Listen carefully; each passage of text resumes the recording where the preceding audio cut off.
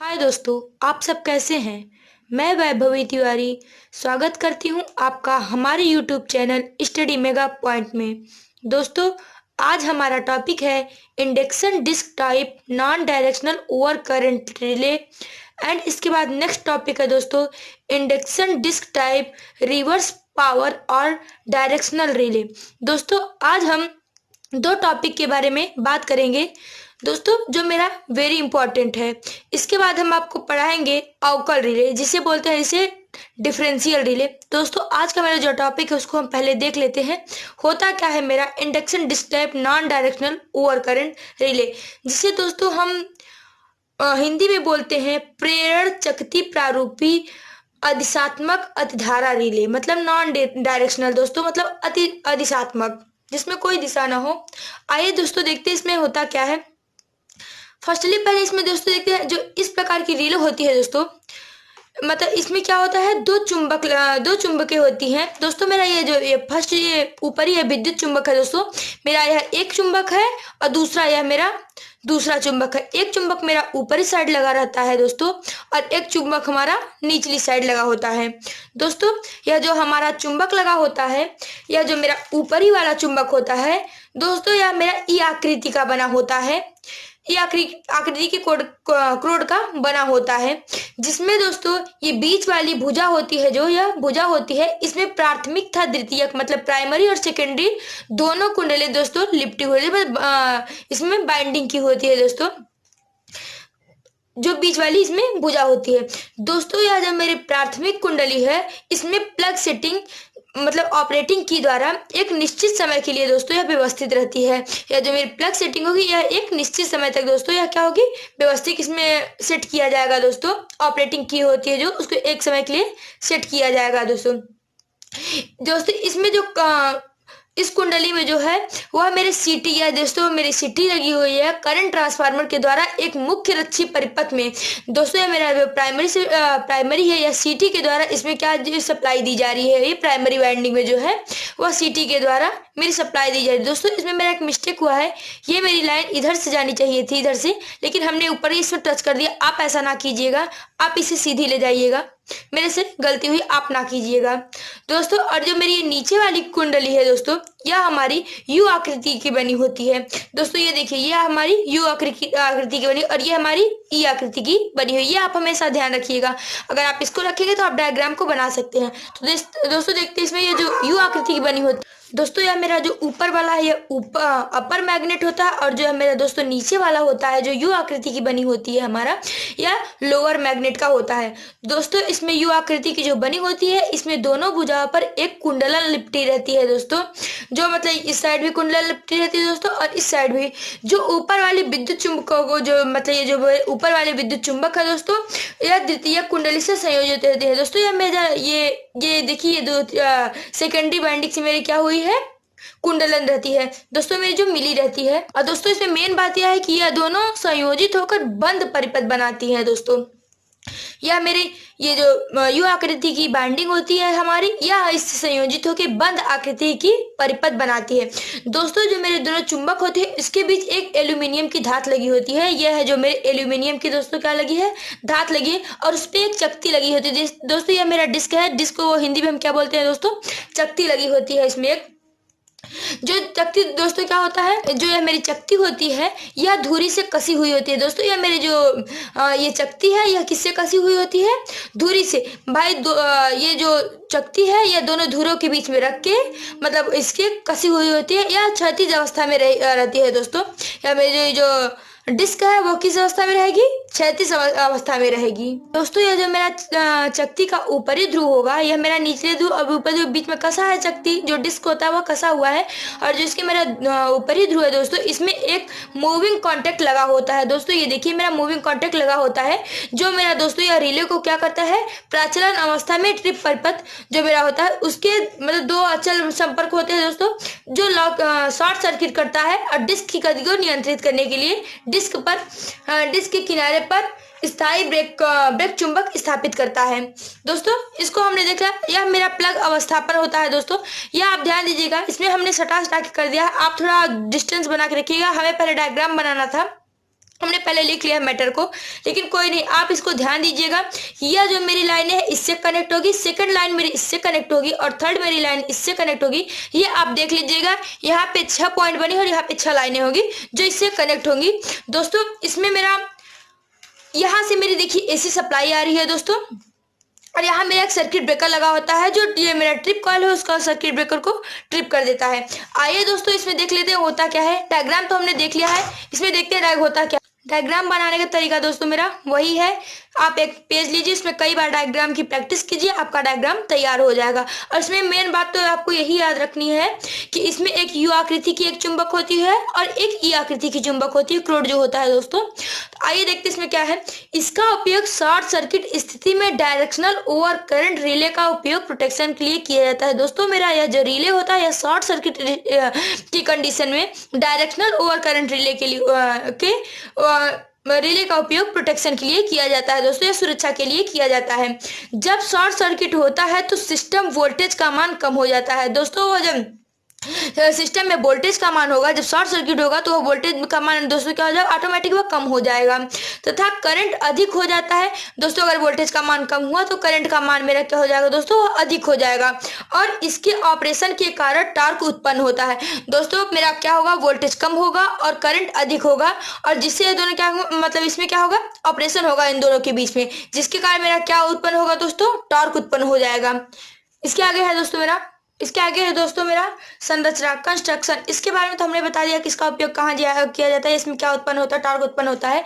इसके आगे है दोस्तों मेरा इसकी संरचना क्या होती है, कंस्ट्रक्शन क्या होता है। आइए देखते हैं दोस्तों। इस रिले में एक अपर मैग्नेट M1 ई टाइप आकार का होता है दोस्तों। वो हमने डायग्राम को पहले ही बता दिया कि जो मेरा ऊपर का जो मैग्नेट होता है वो अपर मैग्नेट होता है जो ई टाइप आकार का होता है, तथा दूसरा मैग्नेट यू आकार का होता है दोस्तों, जो मेरा क्या होता है, लोअर मैग्नेट होता है M2 जिसे बोलते हैं, जिससे हम M2 लेते हैं। अपर मैग्नेट को हम M1 और लोअर मैग्नेट को हम M2 लेते हैं दोस्तों।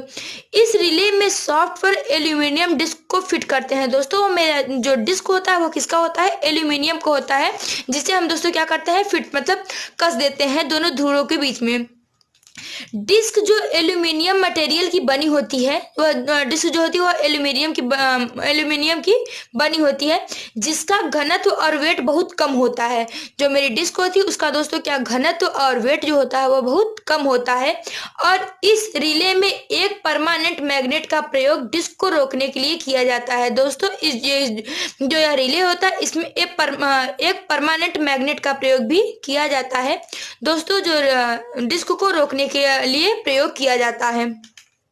इसके आगे है दोस्तों मेरा, जैसे ही सर्किट में शॉर्ट सर्किट होता है, मतलब जो दोस्तों जैसे ही परिपथ में होगा क्या, शॉर्ट सर्किट होता है, मैग्नेट M1 और M2 के अक्रॉस मैग्नेटिक फील्ड उत्पन्न होता है दोस्तों। मेरा जो अपर मैग्नेट और लोअर मैग्नेट है उनके बीच क्या होगा, उनके अक्रॉस क्या होगा दोस्तों, एक मैग्नेटिक फील्ड उत्पन्न हो जाएगा, जो मैग्नेटिक फील्ड जनरेट हो जाएगा दोस्तों, जिसे फ्लक्स Φ1 व Φ2 से उत्पन्न करते हैं।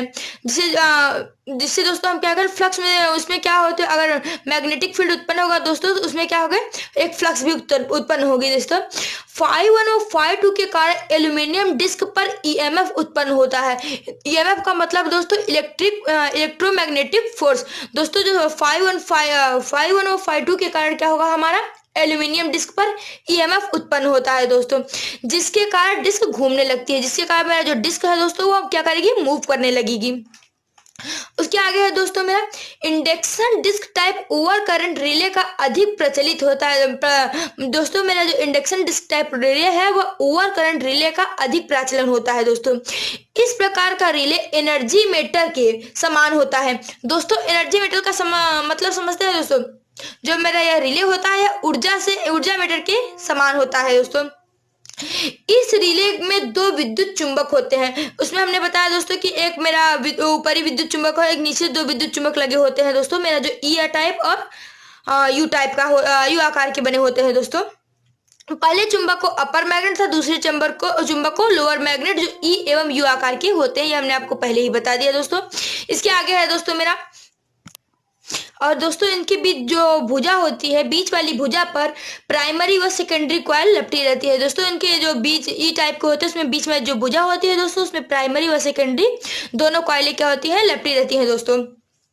उसके आगे है प्राइमरी वाइंडिंग में प्लग ऑपरेटिंग की व्यवस्था लगी रहती है। दोस्तों उसमें जो मेरी वो जो प्राइमरी प्राथमिक कुंडली होगी, उसमें क्या होगी, प्लग ऑपरेटिंग की व्यवस्था लगी रहती है, पहले से ही होती है दोस्तों। उसमें जो प्राइमरी कॉइल में सीटी द्वारा परिपथ को सप्लाई प्रदान करती है। जो मेरा प्राइमरी कॉइल होगा, दो डायग्राम में दोस्तों पहले समझा दिया, जो प्राइमरी कॉइल होगी वो उसमें क्या होगा, सीटी द्वारा जो सर्किट होगा उससे क्या होगा दोस्तों, सप्लाई प्रदान, वो जो मेरा जो सर्किट द्वारा सप्लाई देगा दोस्तों। इसके आगे है मेरा दोस्तों, आइए देखते हैं, जो मेरा दूसरा विद्युत चुंबक होगा दोस्तों, वह यू आकृति टोड का बना होगा। जो मेरा दूसरा चुंबक होगा दोस्तों, वह किस आकृति का बना होगा, यू आकृति का बना होगा। इनके दोनों भुजों पर कुंडलन लिपटी रहती है। जो हमने यू आकार का बताया दोस्तों, उसमें क्या होगा, दोनों साइड पे क्या होगी, कुंडलन लिपटी रहेगी, जो ऊपर वाले विद्युत चुंबक के सेकेंडरी वाइंडिंग से जुड़कर बंद परिपथ बनाती हैं। उसके आगे है दोस्तों मेरा ई तथा यू आकृति क्रोड वाली दोनों विद्युत चुंबक के बीच एल्यूमिनियम धातु की डिस्क धुरी से क्षैतिज में व्यवस्थित रहती है दोस्तों। मेरा जो ई तथा यू आकृति के क्रोड होती है दोस्तों, यह दोनों क्या होंगे, विद्युत चुंबक के बीच एल्यूमिनियम जो धातु की चकती लगी होती है, डिस्क लगी होती है, वह धुरी से क्षैतिज में व्यवस्थित रहती है दोस्तों।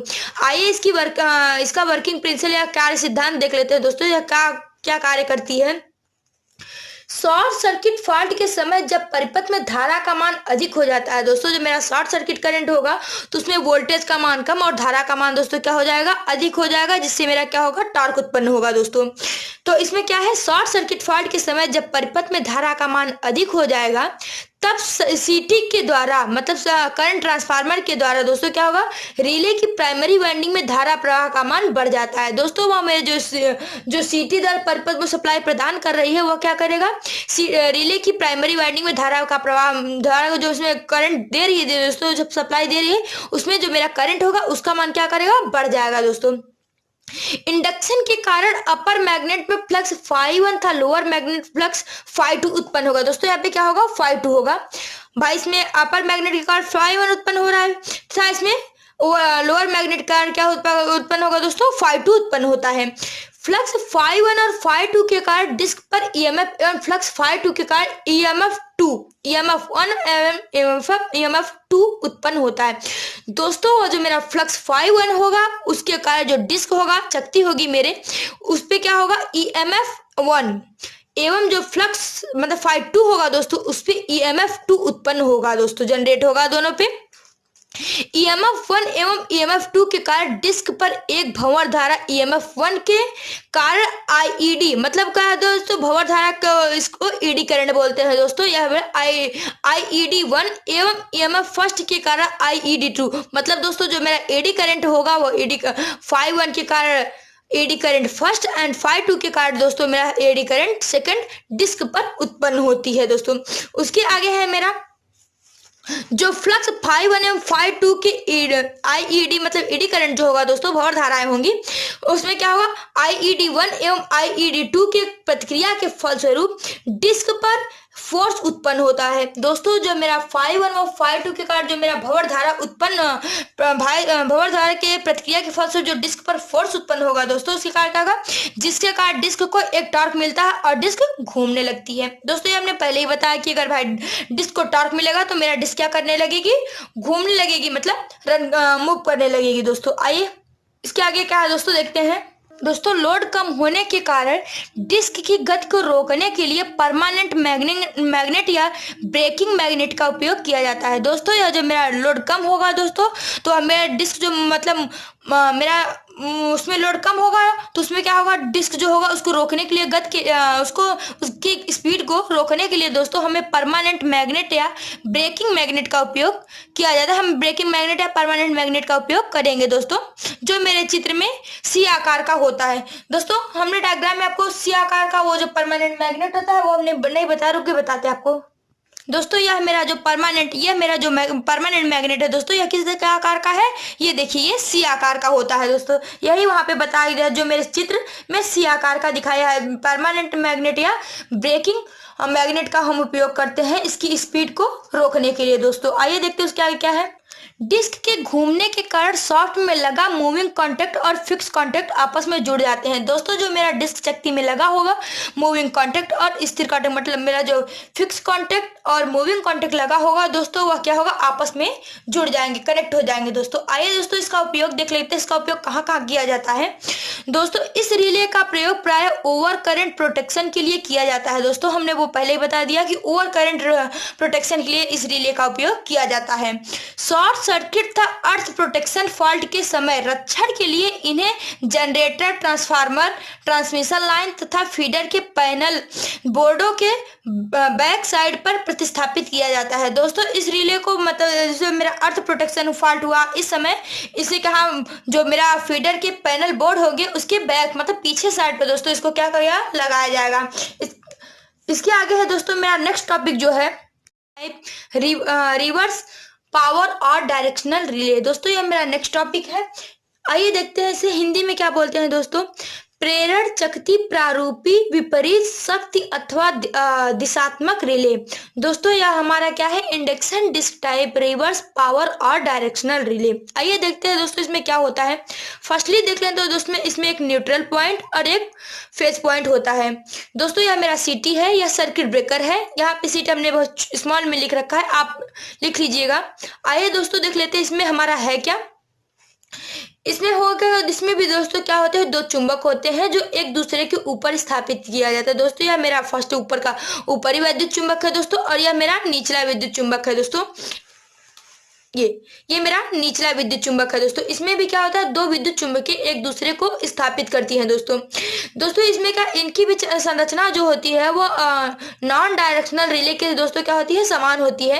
लेकिन इसमें एक अंतर होता है दोस्तों। जो मेरी एल्यूमिनियम की डिस्क लगी होती है इसके बीच में जो बीच में होती है, इसमें एक बस इसके ऊपर मतलब जो डिस्क लगी होती है इसके ऊपरी चुंबक पर दोस्तों क्या होगा, एक ही वाइंडिंग होगी जो दोस्तों क्या होगी, पीटी के माध्यम से लाइन में जुड़ी रहेगी दोस्तों। यह मेरा पीटी का मतलब पोटेंशियल ट्रांसफार्मर के माध्यम से क्या होंगी दोस्तों, लाइन से यह मेरी कनेक्ट होंगी, जुड़ी होंगी जो दोस्तों। लेकिन जो निचला चुंबक होगा वह क्या होगा, कुंडलों को सीटी के माध्यम से प्लग अवस्था में जोड़े रखता है दोस्तों। यह जो मेरा है यह प्लग अवस्था है, लेकिन यह किसके द्वारा, सीटी के माध्यम से दोस्तों क्या होगा, प्लग अवस्था में यह जुड़ा रहता है दोस्तों। इसमें भी ब्रेकिंग के लिए मतलब इसको रोकने के लिए दोस्तों स्थायी चुंबक लगा होता है दोस्तों। इसके बीच में क्या होता है, इसको रोकने के लिए यह मेरा जो है वह स्थायी चुंबक है, उसमें एक ही चुंबक लगा होता है दोस्तों। यह मेरा स्थायी चुंबक लगा होता है।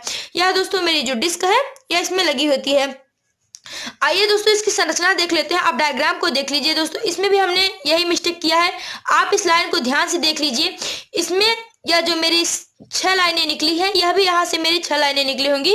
यह मेरा क्या है, प्लग अवस्थाएं हैं। यहाँ से मेरी 6 लाइनें, इसमें फर्स्ट लाइन मेरी इस लाइन में कनेक्ट होगी दोस्तों, यह सेकंड लाइन इसमें कनेक्ट होगी, थर्ड इसमें। आप इस बात को याद रखिएगा दोस्तों। आप इसमें देख लीजिए डायग्राम को दोस्तों। यह मेरा ट्रिप कॉइल है, यह जो इसमें लगा होता है मेरा सर्किट ब्रेकर, ये हमने पहले आपको बता रखा है दोस्तों। आप डायग्राम को देख लीजिए। आप डायग्राम को प्रैक्टिस कैसे करेंगे वो हमने आपको पहले ही बता रखा है। आइए दोस्तों देखते हैं इसमें इसका कंस्ट्रक्शन क्या होता है, इसकी संरचना क्या होती है।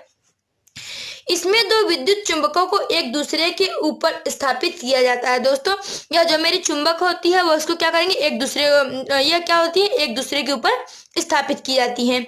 इसकी चुंबकों की संरचना अधिशात्मक रिले के समान होती है दोस्तों। इन दोनों जो चुंबकों की संरचना होगी वह नॉन डायरेक्शनल रिले के समान होती है। इसमें एल्यूमिनियम की चक्ति बीच में लगी होती है दोस्तों। वो हमने पहले ही बता दिया भाई, जो ये जो चक्ति है और जो डिस्क है यह किसकी है, एल्यूमिनियम की, जो कहाँ लगी होती है, बीच में लगी होती है दोस्तों। ऊपरी चुंबक पर एक ही कुंडलन होती है दोस्तों। मेरा जो यह ऊपर का चुंबक है दोस्तों, यह मेरा, इसमें क्या होगी, एक ही कुंडलन होती है, एक ही वाइंडिंग होती है दोस्तों, जो पीटी के माध्यम से लाइन से जुड़ी होती है। जो दोस्तों क्या, पोटेंशियल ट्रांसफार्मर के माध्यम से लाइन से कनेक्ट होती है, जुड़ी रहती है। जबकि दोस्तों मेरा निचली जो चुंबक है, मेरा जो निचले वाला चुंबक है, मेरा जो ये निचला विद्युत चुंबक है, यह क्या होगा दोस्तों, यह सीटी के माध्यम से वह प्लग अवस्था में जोड़ा, यह क्या होगा, पर कुंडलों को सीटी के माध्यम से वह प्लग अवस्था में जोड़ा रहता है दोस्तों। मेरे जो ऊपर की होगी वह पीटी के माध्यम से लाइन में जुड़ी रहेगी, और यह जो वह सीटी के माध्यम से प्लग अवस्था में जुड़ी रहती है दोस्तों। इसके आगे आगे है, इसमें भी ब्रेकिंग के लिए स्थायी चुंबक लगा होता है दोस्तों। इसमें भी रोकने के लिए क्या होगा, स्थायी चुंबक का प्रयोग किया जाता है, लगाया जाता है। आइए देखते हैं इसकी दोस्तों कार्यविधि क्या होती है। इस रिले का प्राचलन बलागुण ऊर्जा मापन की तरह ऊर्जा प्रवाह की दिशा में कार्य करता है। दोस्तों यह जो मेरा रिले होता है इसका यह प्राचलन बलागुण ऊर्जा मापन की तरह ही ऊर्जा प्रवाह की दिशा में कार्य करता है दोस्तों।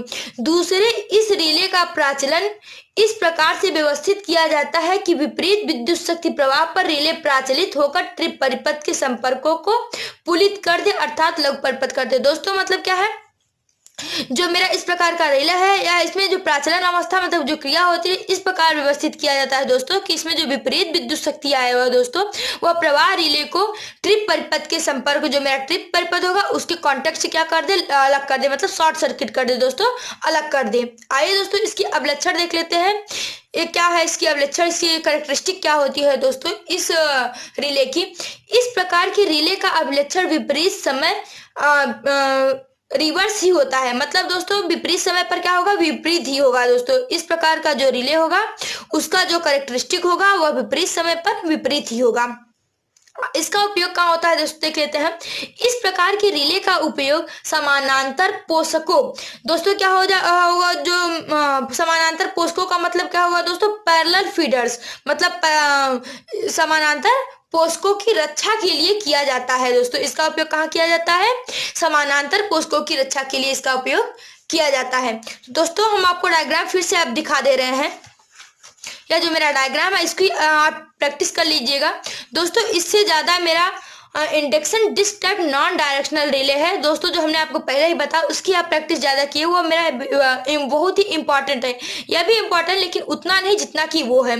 तो दोस्तों अगर आपको हमारी यह वीडियो पसंद आई है तो आप हमारी वीडियो को लाइक करें, चैनल को सब्सक्राइब करें तथा ज्यादा से ज्यादा शेयर करें। मिलते हैं दोस्तों हम आपको नेक्स्ट लेक्चर में नेक्स्ट टॉपिक डिफरेंशियल रिले के बारे में बताएंगे दोस्तों।